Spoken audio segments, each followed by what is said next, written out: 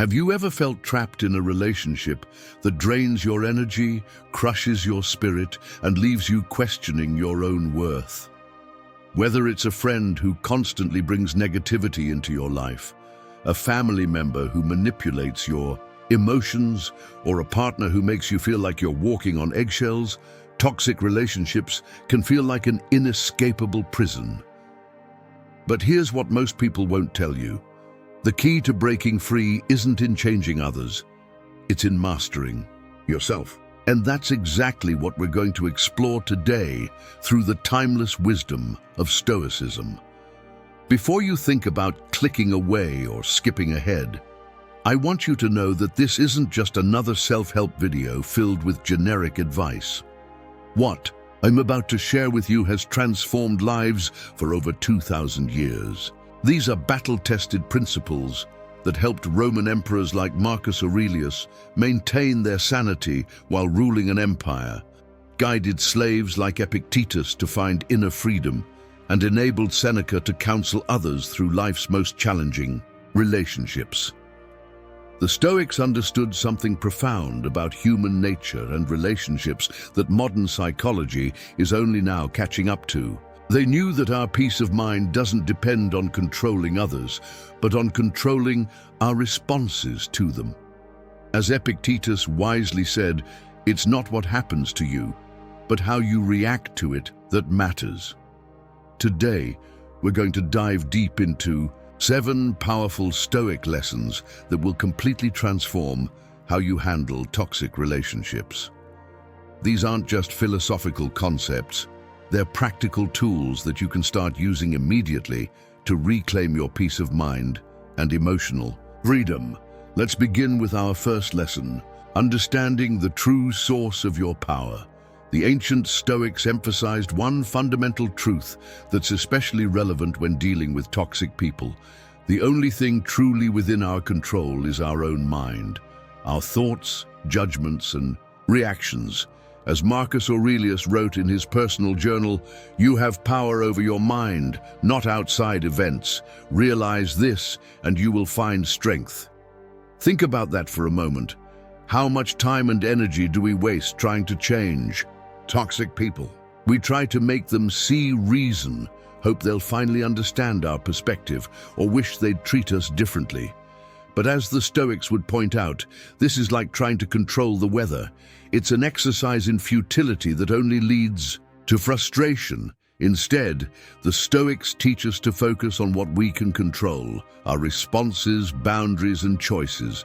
When dealing with a toxic person, you always have more power than you realize. You can't control their behavior, but you can control how much mental space you give them, whether you engage with their drama. The boundaries you set and maintain your own emotional responses to their actions. As Epictetus reminds us, the more we value things outside our control, the less control we have. This simple yet profound insight is your first step toward emotional freedom from toxic relationships.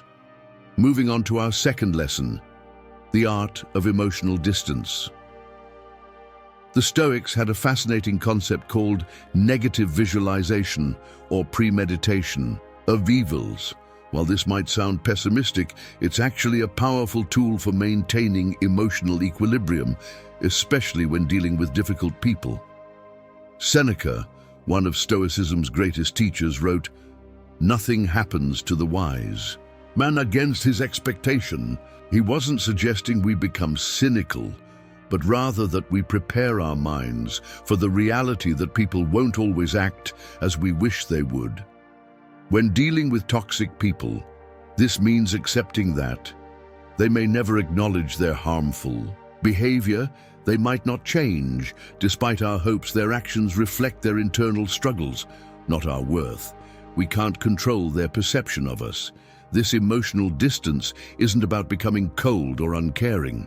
Rather, it's about maintaining a healthy perspective that allows us to respond rather than react. Think of it like being a rock in a stormy sea. The waves, toxic behavior, may crash against you, but they can't disturb your inner peace. The third lesson brings us to what I consider one of the most powerful Stoic principles, the dichotomy of control. The dichotomy of control is perhaps one of the most liberating concepts you'll ever encounter when dealing with toxic relationships. Epictetus explained it simply: some things are within our power, while others are not. When we fully grasp this principle, it becomes a powerful shield against the emotional manipulation and drama that toxic people often bring into our lives. Let me share a personal example that might resonate with you. Have you ever spent hours rehearsing a conversation in your head with someone toxic, imagining all the perfect things you'll say to finally make them understand your perspective? I certainly have. But the Stoics would gently remind us that trying to control another person's understanding or behavior is like trying to control the wind. It's outside our sphere of influence. What's within our control? Our own choices, reactions, and boundaries. What's outside our control? Other people's choices, reactions, and respect for our boundaries. Once you truly internalize this distinction, you'll find yourself feeling lighter, freer, and more empowered. This brings us naturally to our fourth lesson: the power of radical acceptance. Marcus Aurelius wrote something profound in his Meditations. Accept the things to which fate binds you, and love the people with whom fate brings you together, but do so with all your heart. Now, this doesn't mean we should accept abuse or mistreatment. Rather, it's about accepting reality as it is, not as we wish it to be. When dealing with toxic people, radical acceptance means acknowledging that they may never change, understanding that their behavior reflects their inner state, not your worth, accepting that you can't control their actions, only your response, recognizing that wishing things were different only adds to your suffering. This acceptance isn't resignation, it's liberation. When we stop fighting reality and wishing toxic people were different, we free up enormous amounts of mental and emotional energy that we can redirect toward our own growth and well-being. Our fifth lesson addresses something crucial: the practice of self-sovereignty. Seneca wrote, "The greatest power we have is the power of choice." This becomes particularly relevant when dealing with toxic people who often try to override our choices or make us feel guilty for setting boundaries. Think about it. How often have you compromised your values, ignored your intuition, or abandoned your boundaries because of pressure from a toxic person? The Stoics would argue that in doing so, we're giving away our self-sovereignty, our natural right to govern our own lives. Regaining this self-sovereignty involves trusting your inner wisdom about what feels right and wrong, setting clear boundaries, without guilt or justification, making decisions based on your values, not others' manipulation, maintaining your principles even when faced with emotional blackmail. Remember what Epictetus said: "No one can hurt you without your permission." While this might seem simplified in the context of complex relationships, it holds a deep truth about our power to choose how we engage with toxic behavior. Our sixth lesson explores what I consider to be one of the most powerful Stoic practices: the art of indifference. Now, before you misunderstand this concept, let me clarify, this isn't about becoming emotionally numb or uncaring. The Stoic concept of indifference is about developing a healthy detachment from things we can't control, while staying fully engaged with what truly matters. Marcus Aurelius captured this perfectly when he wrote, "The best revenge is to be unlike him who performed the injury." When dealing with toxic people, this means maintaining your dignity and integrity rather than stooping to their level of behavior. This practice of indifference teaches us to observe toxic behavior without absorbing its negative energy. Respond thoughtfully rather than react emotionally. Maintain inner peace regardless of external chaos. Focus on our own growth rather than changing others. And now we arrive at our seventh and final lesson, the practice of self-reclamation. This last lesson might be the most powerful of all because it's about reclaiming your authentic self from the distortions that toxic relationships create. As Seneca wisely observed, as long as you live, keep learning how to live. This process of self-reclamation is exactly that, learning how to live authentically despite the influence of toxic people. You see, one of the most insidious effects of toxic relationships is how they can make us lose touch with who we really are.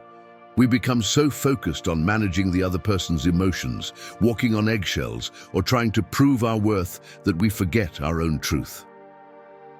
Marcus Aurelius offers us profound guidance here. Look well into thyself. There is a source of strength which will always spring up if thou wilt always look. This internal source of strength he speaks of, that's your authentic self, the part of you that toxic people may have caused you to doubt or suppress. The practice of self-reclamation involves reconnecting with your genuine thoughts and feelings, trusting your intuition again, rediscovering your personal values and boundaries, rebuilding confidence in your perceptions and judgments. But here's what makes this final lesson so crucial. It's not just about detaching from toxic people, it's about returning to yourself. As Epictetus reminded us, no one can lead another to what he hasn't found himself. Now let's bring all these lessons together and understand how they work in harmony to create real transformation in your life.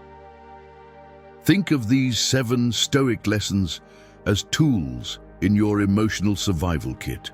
Understanding the true source of your power, the art of emotional distance, the dichotomy of control, the power of radical acceptance, the practice of self-sovereignty, the art of indifference, the practice of self-reclamation. Each of these tools serves a specific purpose in helping you detach from toxic relationships while maintaining your own integrity and peace of mind. But remember, like any tool, they become more effective with practice and patience.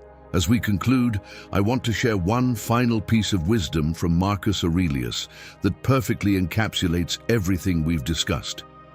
Very little is needed to make a happy life. It is all within yourself, in your way of thinking. This journey of detaching from toxic people isn't about becoming cold or unfeeling. It's about reclaiming your emotional freedom, protecting your peace of mind, and creating space for healthy relationships to flourish. The Stoics understood that true freedom comes not from controlling others, but from mastering ourselves. Before you go, I want you to remember this.